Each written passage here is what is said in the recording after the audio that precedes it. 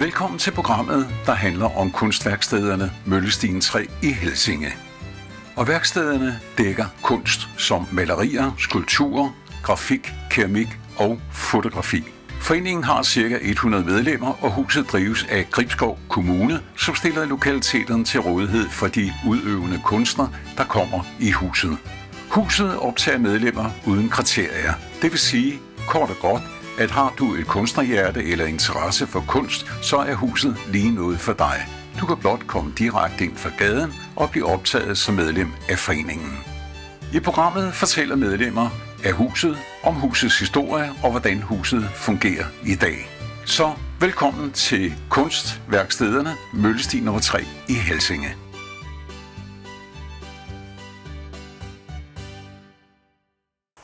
I dag skal vi snakke om kulturværkstederne. Jeg vil gerne have, at du fortæller mig, da I fik huset, hvad gjorde I så? I stand sat kunstnerne det selv, eller fik I hjælp udefra? Ja, men så tror jeg vil starte med, at jeg har boet i Gribskov Kommune 1970, og igennem årene, der har vi kunstnere heroppe nordpå forsøgt at få et værksted. Og i 1997, hvor Flemming Møller var borgmester, der kom vi i kontakt med Inge Valmer, så var jeg i politikken. Og hende kan vi takke for, at vi fik huset på det tidspunkt der. Så Inge Valmer, Jan Hovald og Dorit Valør og jeg, vi fik lov at komme ind i huset og var med til at restaurere det sammen med arbejderne, der gik over fra sporvognen. Det er det, der hedder Frivillighedshuset nu. Og der gik et års tid, hvor vi restaurerede det her, og det blev rigtig flot med nye gulve og døre og det hele. Så i 98, der kunne vi holde vores rigtige indvielse her i haven. Og det var en kanon oplevelse at se, hvor mange der bakkede op om vores hus. Og lidt efter lidt, så fik vi flere kunstnere, der kom på banen. Og så kunne vi i 1999 holde vores første forårsudstilling over i Kulturhuset. Men når man kigger på huset, så er her jo en masse værksteder. Ja. Alle de ting, det har I vel ikke fået penge til. Det er vel noget, folk har skænket. Jeg ved, for det i efteråret, der var nogen, der skænkede nogle stafelier til værkstederne. Og så ved jeg, at vi har det der store grafikværksted. Hvordan er det kommet til? Ja, men det er Else Håkonsen, der står for det. Hun er uddannet grafiker, og hun klarer det. Og i øjeblikket er de 12 grafikere oppe på første sal, der laver noget spændende grafik. Og Else, hun står for det så. Og så har vi jo et keramikværksted, hvor Iben Hvidt har stået for det, men nu har den unge Satja Eriksen. Men Satja, hun tager over nu med keramikken, og der er der 14 keramikere, der kommer her i huset i løbet af ugen. Og så er vi ellers resten op til 52 mennesker, der kommer her i løbet af ugen, hvor de andre så er malere og kommer hver dag. Men så tænker jeg, at vi har jo også et fotostudie ovenpå. Ja, det har. Hvordan er det kommet til? Det er Niels Werner, som er uddannet fotograf. Og han har styret det i alle årene, og han har faktisk også næsten været med fra starten af huset her. Ja, fordi det jeg tænker på, det er, at det giver jo nogle andre muligheder i forhold til, hvis man selv som kunstner lejer et værksted og har sit malerværksted. Fordi hernede er der jo alle de her faciliteter, man kan bruge. Ja. Ikke? Altså jeg ved også, vi har også det der skur ude i baghaven. Jeg har aldrig set nogen stå og slå på sten, men jeg har hørt, det kan lade sig gøre. Ikke? Ja, men det har vi jo haft igennem årene. Mange stenhugger, der har været her i huset. Niels Krammer har været her i mange år og lavet mange spændende sten, og har været hvert år med i vores udstillinger. Hvis jeg nu kommer fra gaden og gerne vil være medlem her, hvad gør jeg så? Ja, men som regel kommer folk ind i huset og spørger, om de må kigge, hvad vi laver. Og så får de en seddel med hjem, hvor der står alt om vores fusioner, om hvad vi laver her i huset.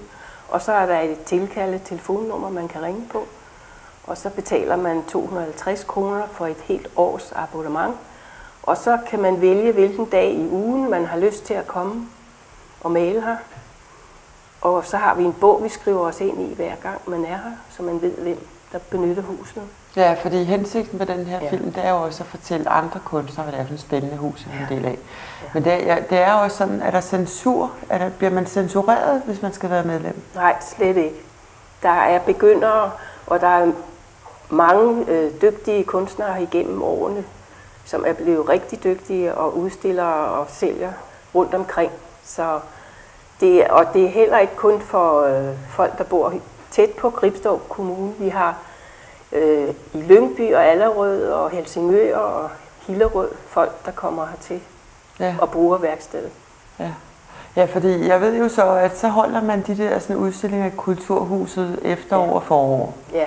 Og der er det jo medlemmerne, som udstiller. Ja. Er der censur ved de udstillinger? Nej, det er der ikke. Man må male, hvad man med, men så har vi den regel, at bestyrelsen har besluttet, at der er 2 personer, der skal bestemme, hvor billederne skal hænge, når vi har udstilling. Og det er Pia Vestmar og jeg, der styrer det, og det har vi gjort igennem mange år. Og de fleste har været tilfredse med det. Vi har så indimellem haft nogle emner. Vi har haft H.C. Andersens emne, og vi har haft sommeremner. Ja. Ikke? Og nu her til efteråret, der skal vi have et emne, der hedder efterår. Okay. Men der bliver det tvunget rammestørrelse, som medlemmerne, der har lyst til at være med, de skal komme og købe rammerne her i huset for at være med. Ja, ja. Men de må male frit, hvad de forstår, hvad efteråret er for dem. Så det kan både være abstrakte kreationer, og det kan være og noget naturelt, og der er mange, der er mange firkanter og trekanter, bare det her efterår i sit tilsæt. Men pointen er, at den her udstilling, der bliver rammerne ens i størrelse. Okay. De stole, vi sidder på, dem kan folk nok ikke se, men de stammer jo også fra et projekt. Ja, det var tirsdagsholdet, hvor jeg satte dem til at gå hjem og finde gamle stole i gemmerne. Og så blev vi enige om, at vi skulle kun holde os i 2 farver. Det skulle være hvidt og sort. Og så syntes vi selv, at vi havde fået et godt resultat ud af den. Så efteråret sidste år, der havde vi den med på udstillingen i Kulturhuset. Pia, du er jo kommet her i Møllestien igennem mange år. Ja. Hvor mange år er det? Jeg er ikke så god til tal, men op imod 10 år har jeg været der. Ja. Ja. Fordi jeg ved jo, du er så også en af dem, der bruger huset, og jeg ved, at når Møllestien holder udstilling, så er det dig og Lis, der laver alt det der. Hvad var det, du kaldte det? Det var ikke censur. Vi kuraterer. Ja, fint fransk ord. Det hedder det med et fint ord. Nej, det er os, der bestemmer, hvad der skal hænge hvor. Ja. Kunstnerne kommer med det, de har, og vi bestemmer, hvor det skal hænge. Ja, og det synes jeg så, I gør rigtig godt. Tak for det. Ja, og så ved jeg så også, at de udstillinger repræsenterer jo, hvad der sker i huset. Ja. Hvad synes du egentlig om kvaliteten? Fordi jeg mener, vi har jo alt fra hende, der lige er kommet ind fra gaden, som har fået noget undervisning på et af holdene, som udstiller, og så har du de der semiprofessionelle. Og et eller andet sted, så er det jo frivilligt, hvem der ligesom melder sig på. Ja. Hvad synes du egentlig er kvaliteten af vores udstillinger? Fordi årsagen til, at jeg spørger dig, det er fordi, jeg synes, det kunne være sjovt, hvis der kom endnu flere mennesker, end der plejer at komme, som blev nysgerrige. Det er lidt en udfordring med sådan en udstilling, fordi vi netop er en forening, der er åben for alle. Og det vil sige, at vi skal også modtage det, som folk kommer med, hvis de har lyst til at udstille. Og da jeg blev spurgt om, jeg ville være med til at hænge op første gang, så tænkte jeg bare, grotesk. Altså, jeg vidste, at Lise havde gjort det mange gange. Jeg ved, at vi har haft professionelle kunstnere til at komme og hjælpe os. Og det var første gang overhovedet, jeg skulle gøre sådan noget. Men på en eller anden måde, så stod jeg jo der og kiggede på alle de mærker, der kom ind, og så tænkte jeg, sikke noget lort. Og hver eneste billede, der kom ind, fik jeg mere og mere panikangst. Så blev dørene lukket, kunstneren blev lukket ud, og så kiggede Lise og jeg på hinanden, og så begyndte vi simpelthen næsten uafhængig af hinanden. Der var lige nogle ting, der skulle stemmes af, hvem skal på bagvæggen, og hvad skal ind i det lille rum. Og da det var stemt af, så gik vi i gang med at fordele billederne. Og så glemte jeg alt om mig, og så glemte jeg alt om, hvem har malet hvad, og hvad er godt, og hvad er skidt. Og så blev det pludselig som at male et billede, så det blev ligesom at udstillingen blev et billede, som jeg malede sammen med Lis. Og da den var færdig, så var det en umulig opgave sådan set løst. Og så kunne man gå fra billede til billede og tænke, wow. Så fik hver eneste billede pludselig liv. Og sit eget liv. Og så er det pludselig svært at sige, hvad er godt og hvad er skidt. Og jeg synes jo, at jeg har jo meget svært ved at bedømme, hvad der er godt og hvad der er skidt. Jeg ved, hvad jeg kan lide og hvad jeg ikke kan lide. Men ud fra de erfaringer, jeg har haft med de der udstillinger, jeg har været med til, der må jeg sige, at det er svært at bedømme, fordi du kan hænge det op på den ene væg, og så er det skidt. Men hænger du op på den anden væg, så er det godt. Og så taler billederne jo til hinanden, og supplerer hinanden, og giver hinanden liv. Og det er jo så det, der er med til at gøre, at vores udstillinger er meget, meget flotte. Altså er der 100 billeder, så er de ikke 100 gange flotte, så er de 1000 gange flotte, fordi de gør noget for hinanden. Jo, ligesom vi gør i vores forening. Lige præcis, lige præcis. Men man kan jo så vente sig om og så sige, at udstillingerne gør jo så også, at man faktisk kan se, hvad det er for nogle malerier, medlemmerne frembringer. Det er klart. Ikke? Altså, hvor stort udvalg der er, at vi har alt fra det. Hvor bredt en vide vi egentlig spænder over i det her hus. Ja. Og det er det, der gør. Altså, jeg startede jo som nybegynder. Jeg havde jo, det var min første udstilling, tror jeg, var hos Møllestien. Så bare det, at få et sted, hvor man kan udstille for første gang, det er jo stort. Det er stort for mange, og mange kommer aldrig videre, fordi det har de ikke lyst til, eller det har de ikke evner til. Men de kan så blive. Måske går der et år, måske går der 5 år, og så er de pludselig klar til at gå et andet sted hen og vise deres ting. Så det er fuldstændig uundværligt med sådan en spirekasse, som Møllestien er. For alle dem, som vi slet ikke ved, hvad rummer. Og dem er der plads til her. Der er ikke mange steder, hvor inden for kunsten, at man kan favne så bredt, som man kan her. Men der synes jeg så, at ånden i huset er anderledes. Præcis. Fordi vi kan godt have os selv med, og alligevel samarbejde med de andre, der er i huset. Det, jeg synes er så spændende ved det her hus, det er jo den der udveksling, vi har nogle gange. Hvor vi udveksler idéer, udveksler udstillingssteder, altså et eller andet sted er med til at rygklappe hinanden og sige, hvad kan vi så finde på, hvad gør vi så, hvor kunne det være spændende at deltage, ikke? Jeg ved også, der var også nogen, der var med på Hillerød. Der var nogle af vores medlemmer, der sendte ind, og lige pludselig havde vi, jeg ved ikke hvor mange, der så kom igennem censureringen. Og der er jo flere, der har været med før. Ja. Så hvis vi tager medlemsskaren som sådan, så kan vi sige en ret stor procentdel. Jeg var for eksempel ikke med i år, fordi jeg ikke sendte noget ind. Så vi kan sige, at en stor procentdel af Møllestiens medlemmer rent faktisk har udstillet på en censureret udstilling. Og det er jo egentlig ret flot. Det er ret imponerende. Når man går forbi ude på gaden, så tænker man jo ikke over, at det er det, der foregår i det her hus. Nej, og når man hører folk snakke sammen, så tænker man heller ikke, at her har vi kunstnere. Fordi der er ingen... Vi er måske lidt sære i vores omgangsform her, men der er jo ikke den der, som man egentlig har forbundet kunstnere med. Hvis man skulle være kunstner, skulle man være lettere for drukken og lidt mærkelig, og måske også gerne lidt ondskabsfuld. Det har vi jo slet ikke noget af. Det er jo gået af mode, selvom der er nogle visse ældre kunstnere, der holder liv i traditionen. Der er sådan en villighed til at favne alle, og mangfoldighed. Og det er ubetaleligt. Ja.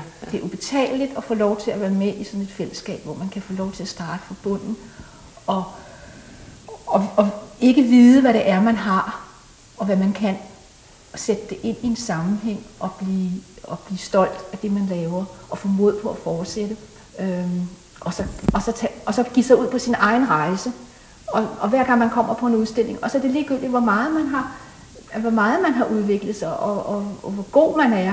Der er jo nogen, der er meget dygtige i vores forening.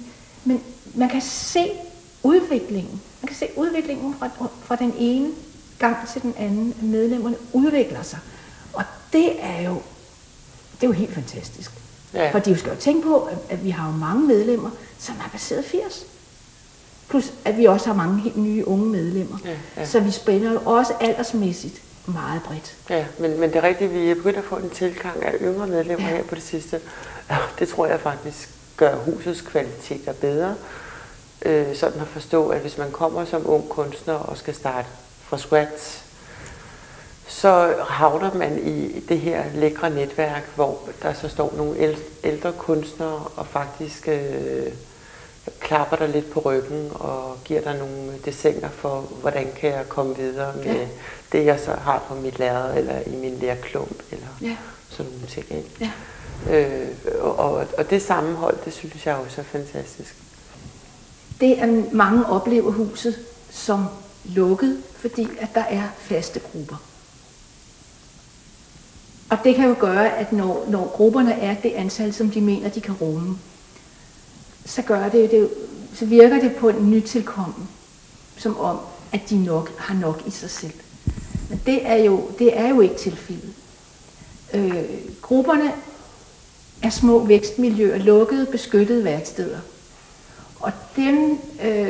Og hvis der var folk, der kom ind og ud, og man bare kunne komme og sætte sig, det ville give noget uro i gruppen, og det vil tage den tryghed, det har, at man kan sidde og arbejde og dumme sig og lave grimme ting.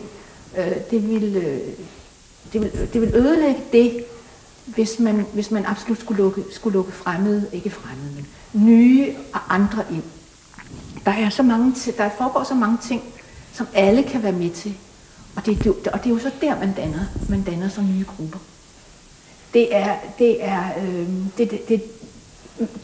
Alle er velkomne.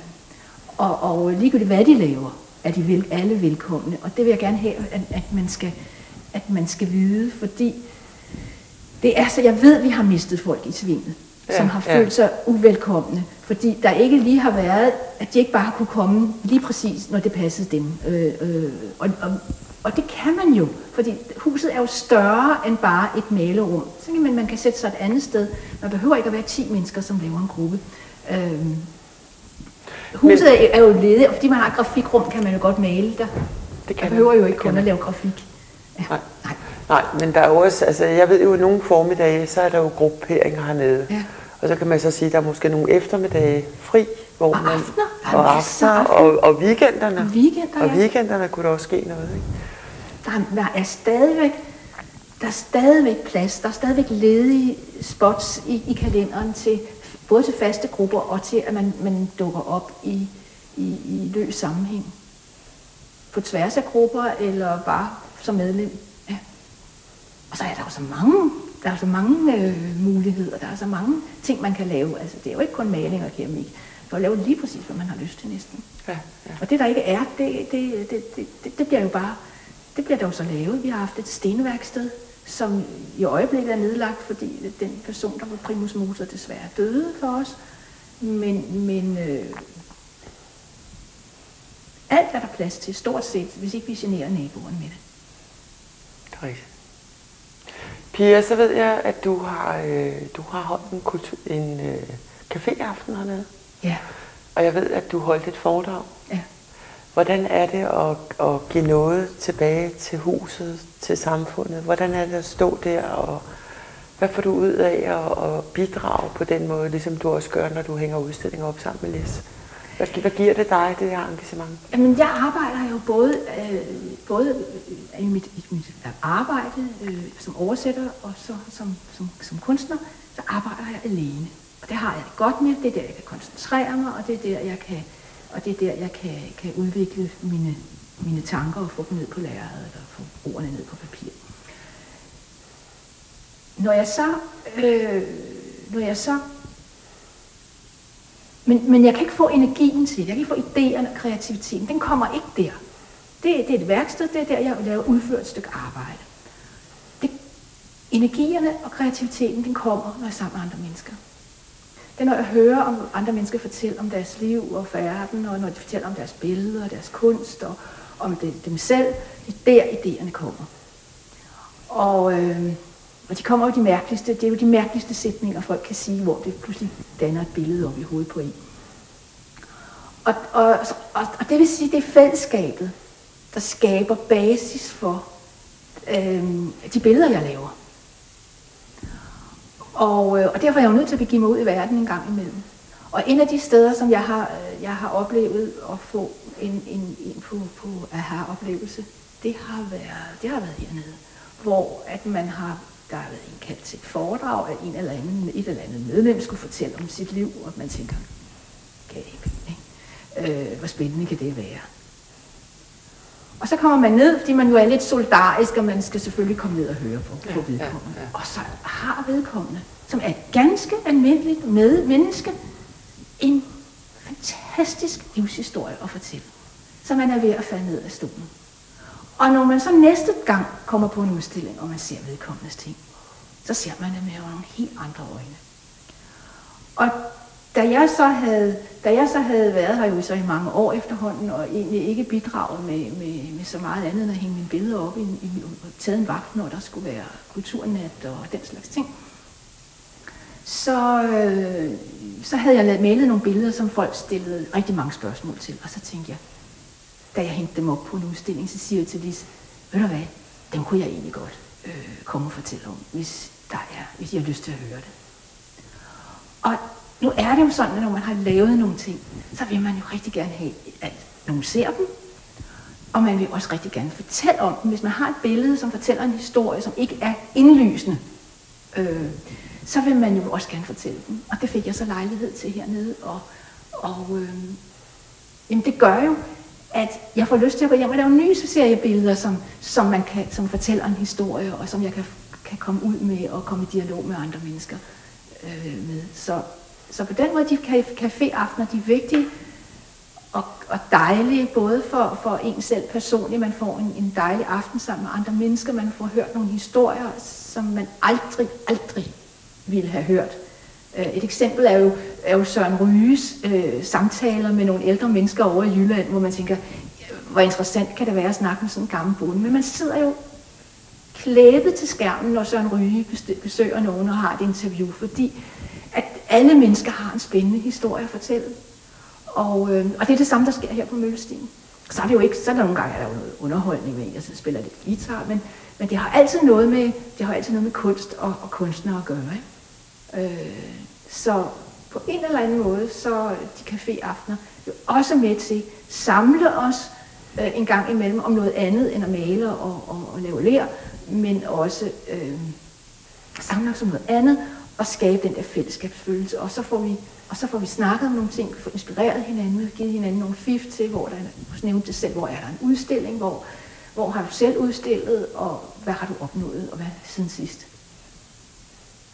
Det er guld værd. Det skal man prøve. Finn, du er en af dem, der har kommet rigtig meget af det her hus. Og jeg ved, at du faktisk har været med fra starten.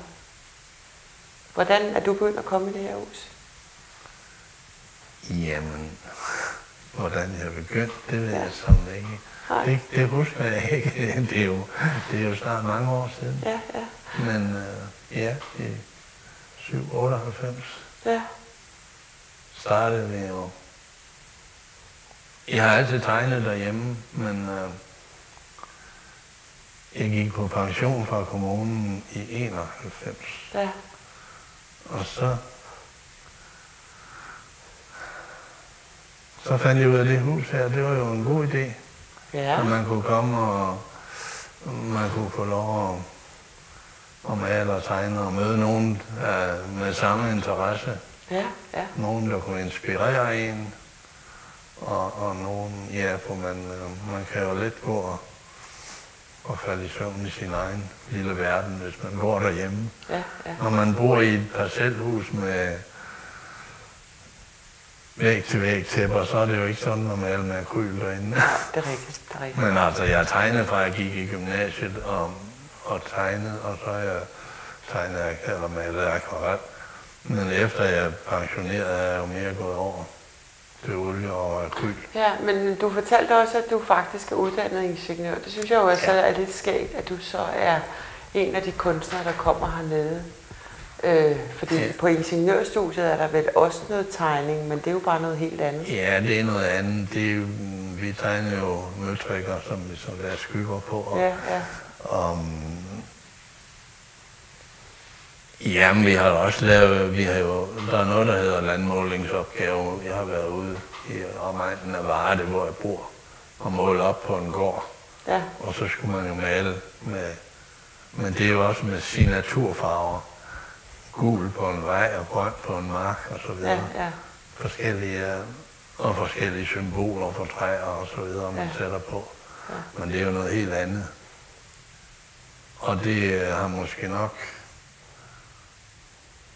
hæmmet mig til at begynde med. Jeg er vant til lige streger, og det skal jo se rigtigt ud. Ja, men det skal ligne noget, og når man så skal ud og male et træ, det kan være svært, fordi jeg kan jo godt lide at tegne et hus eller en båd. Der er nogle nøjagtige streger. Og det der med at kaste sig ud i det helt abstrakte, eller bare en trækrone, det er jo noget, der er svært at få styr på. Jo, men... Og få til at ligne noget.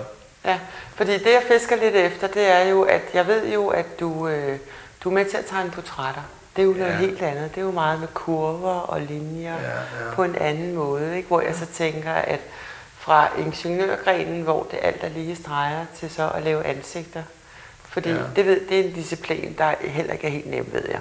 Nej, det er det ikke. Og du kommer jo hernede om onsdagen, er det sådan? Ja, det er hver onsdag formiddag i vinterhalvåret. Ja. Så må jeg jo sige her, når det er vejr som nu, så går vi jo ud i stedet for.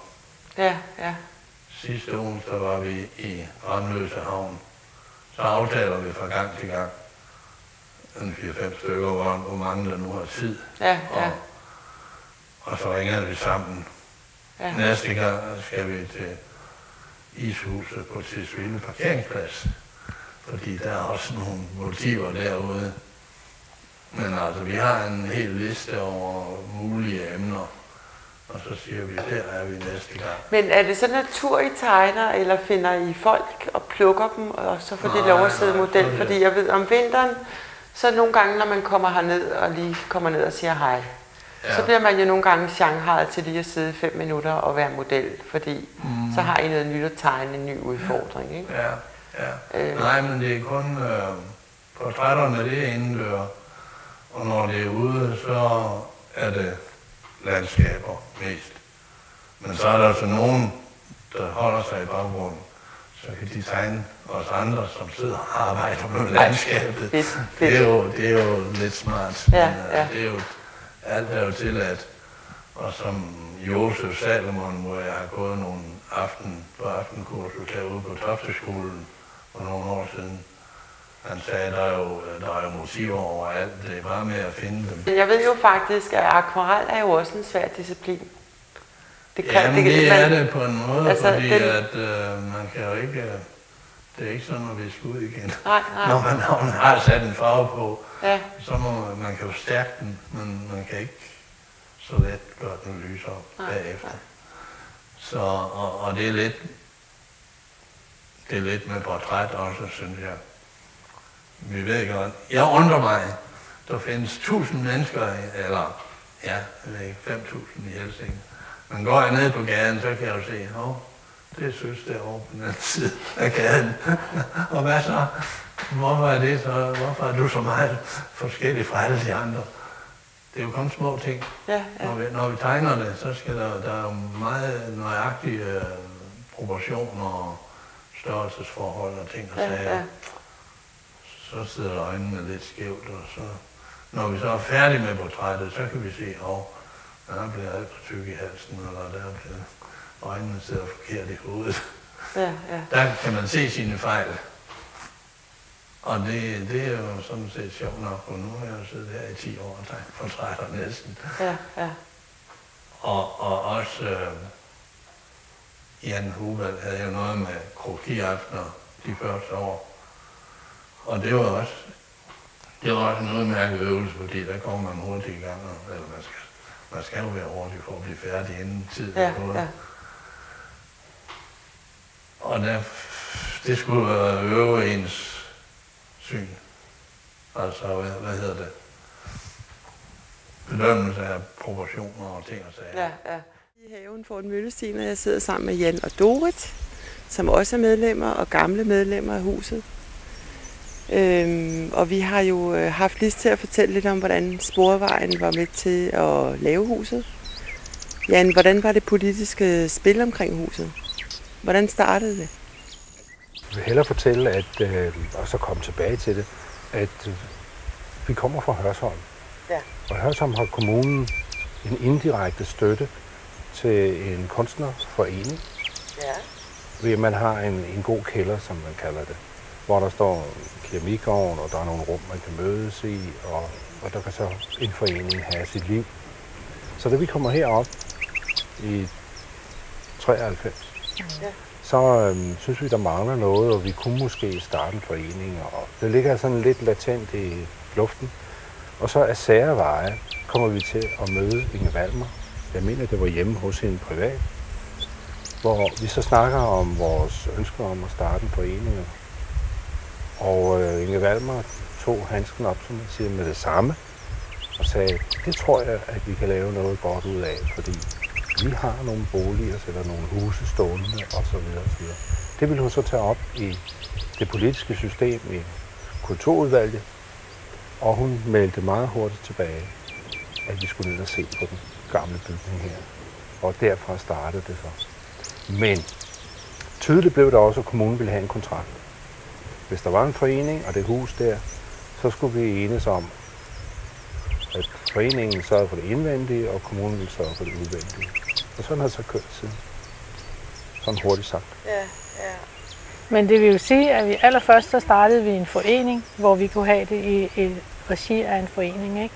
Det vil sige, hvor I startede faktisk med en stiftende generalforsamling? Vi startede med en stiftende generalforsamling på en forening, ikke? Og jeg tror, vi var 7-8 medlemmer der til start. Ja. Er det der, hvor foreningens vedtægt er blevet grundlagt? Ja, efterfølgende så havde vi en masse møder, hvor man finder ud af, hvad man skal, og hvordan man skal få det til at hænge sammen, og så videre, og så videre, ikke?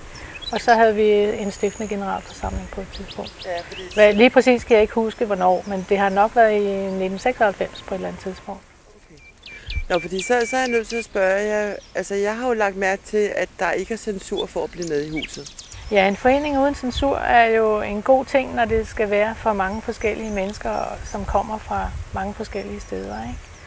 Og der er jo ingen grund til, at der skulle være censur på, fordi os, der stiftede det, der var nogen, der var mere professionelle end andre, men det var jo sådan en lille enklave af folk, der var interesserede i at lave nogle billeder, og skulptur og kunst og så videre, ikke? Og så er det vokset hen ad vejen. Men det er jo en af årsagerne, fordi at folk er jo utrolig forskellige, ikke? Altså, der er nogen, der kan det ene, nogen kan det andet, nogen kan ingenting. Og ved at kombinere forskellige mennesker sammen, så kan man pludselig en hel masse, ikke? Og det er jo derfor, det er godt at have sådan et sted som det her, ikke? Fordi man kan suge fra hinanden og lære hinanden noget, ikke? Og så er der en masse mennesker, som ikke har plads til at have et værksted derhjemme. Og der kan man jo så bruge de værksteder hernede.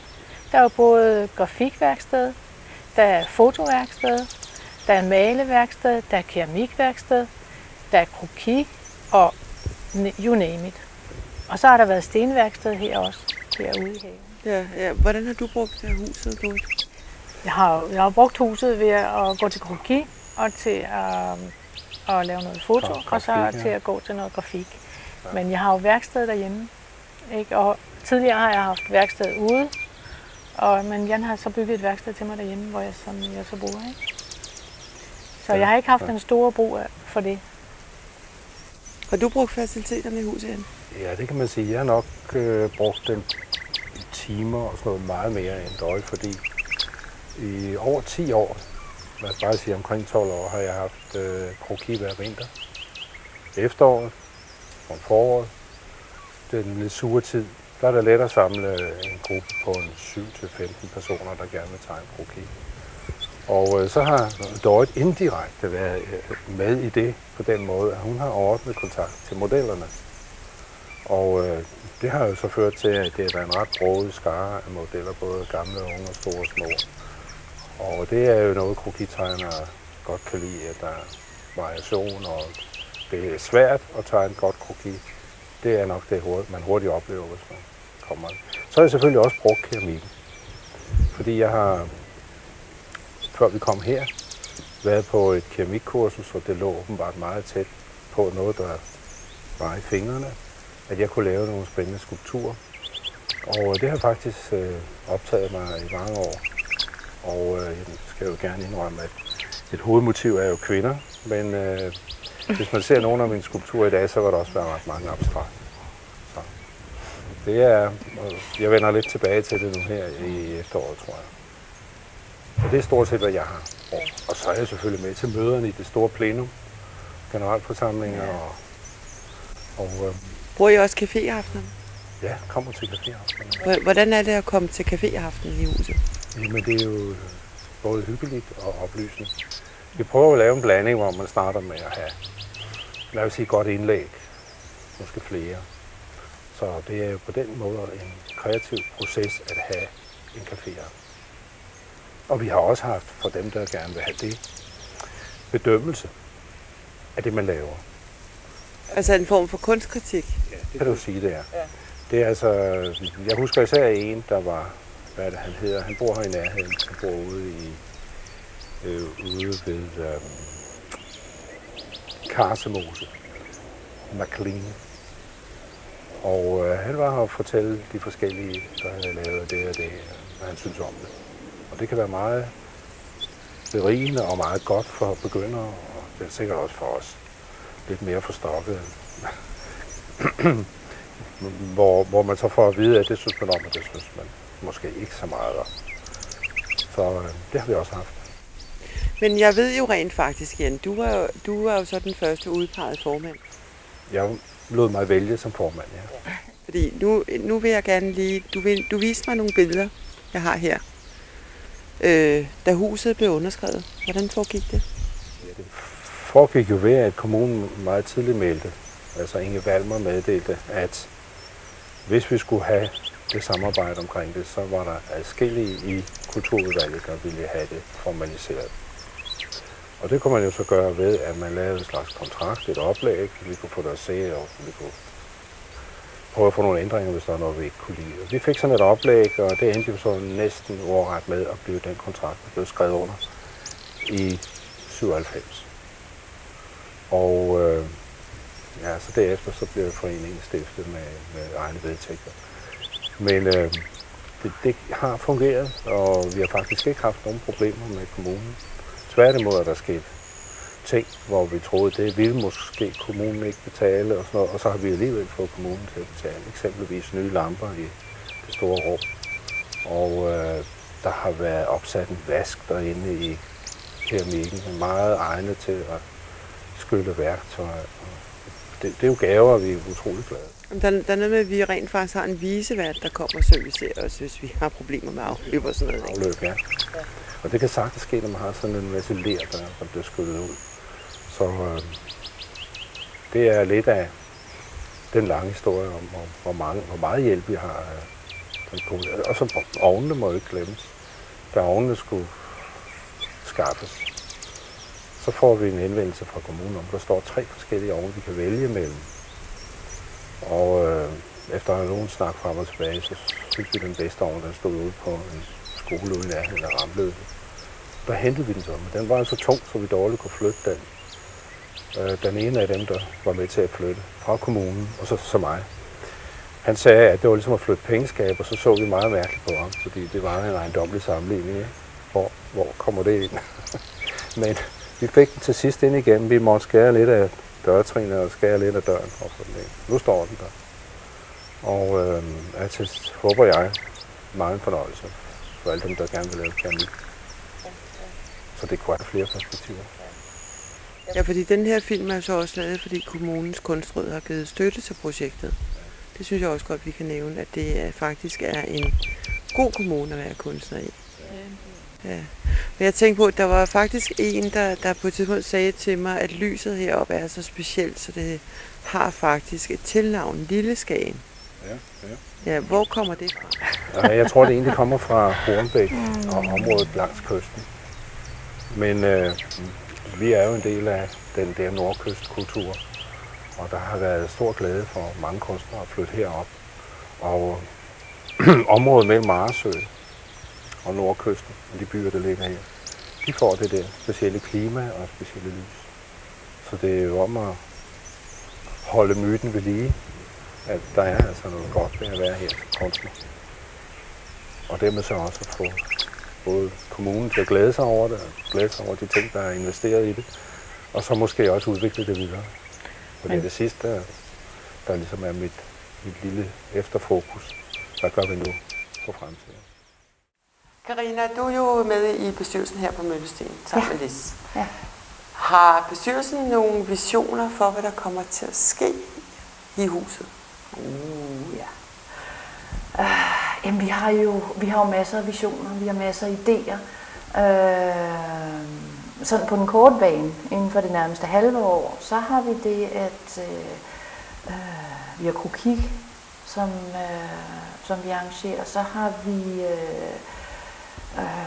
laver vi mere caféaftener, hvor at, der er forskellige mennesker, som vi synes kunne være interessante, som kommer ind og fortæller.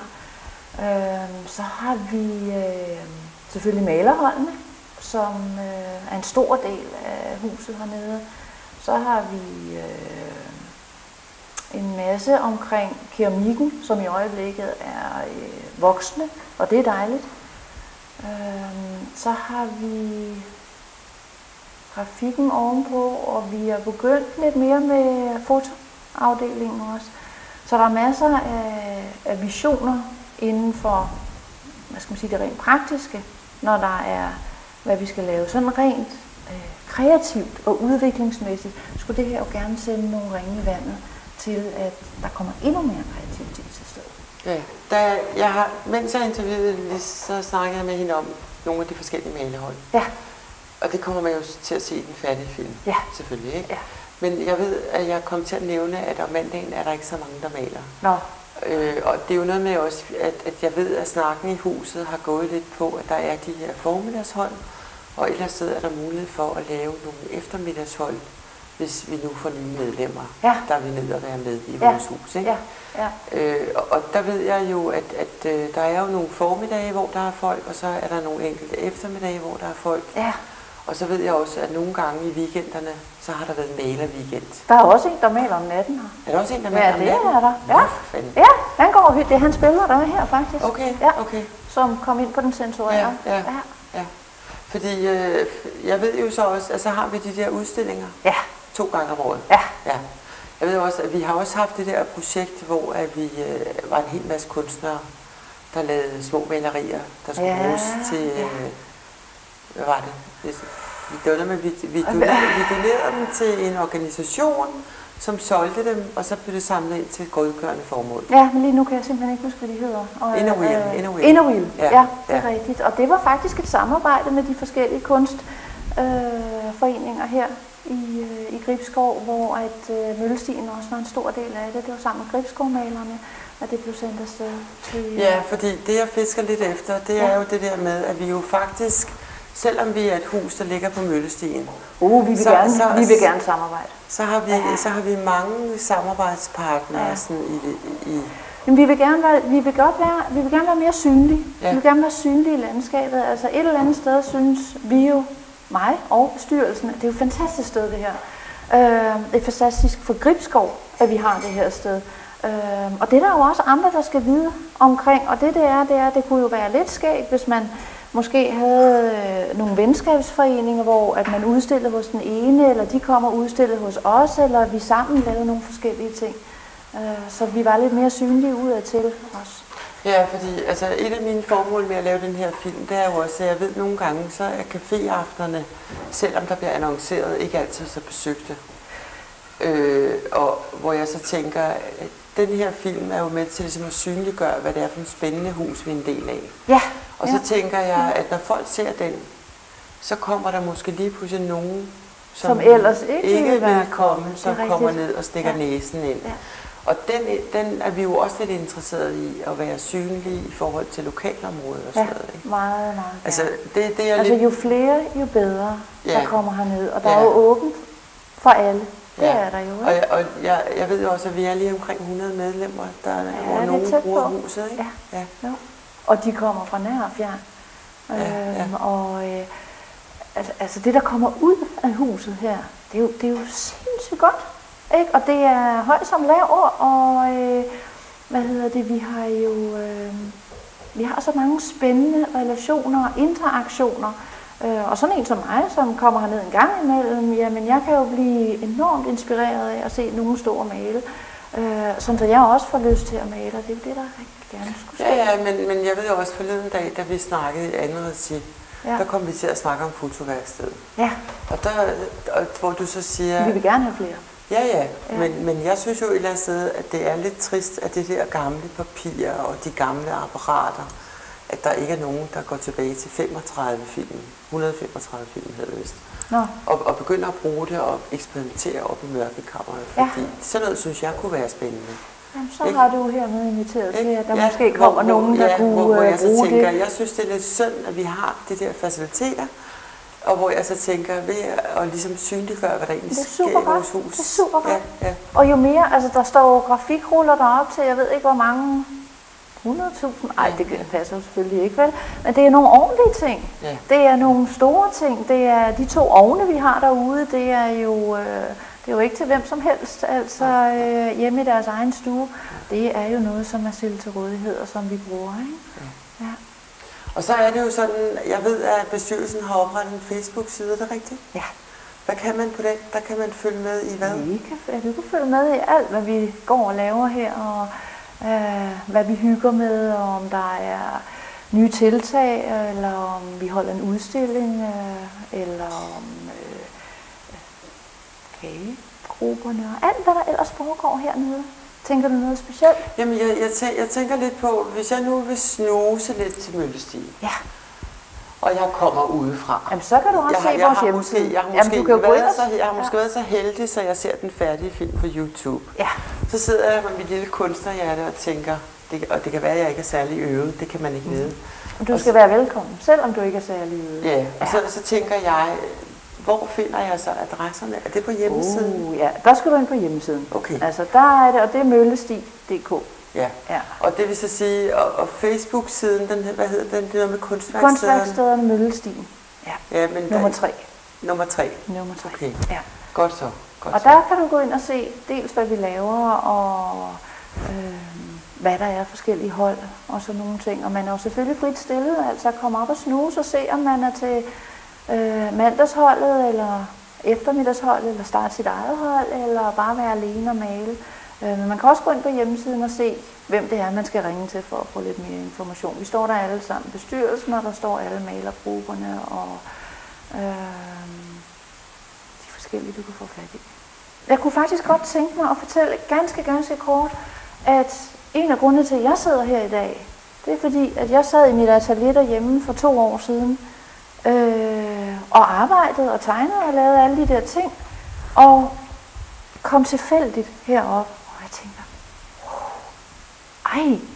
ved du hvad, det er så super godt, at vi har det her sted, og det er både for de ikke særlig øvede, og det er for de semiprofessionelle, at det her det bliver stillet til rådighed, og det er der, hvor jeg synes, at vi godt kunne tænke os at lave mere samarbejde, og hvis man har en god idé, jamen skriv til os, ring til os, kom herned og fortæl om det, fordi vi er mange, vi går bruge flere.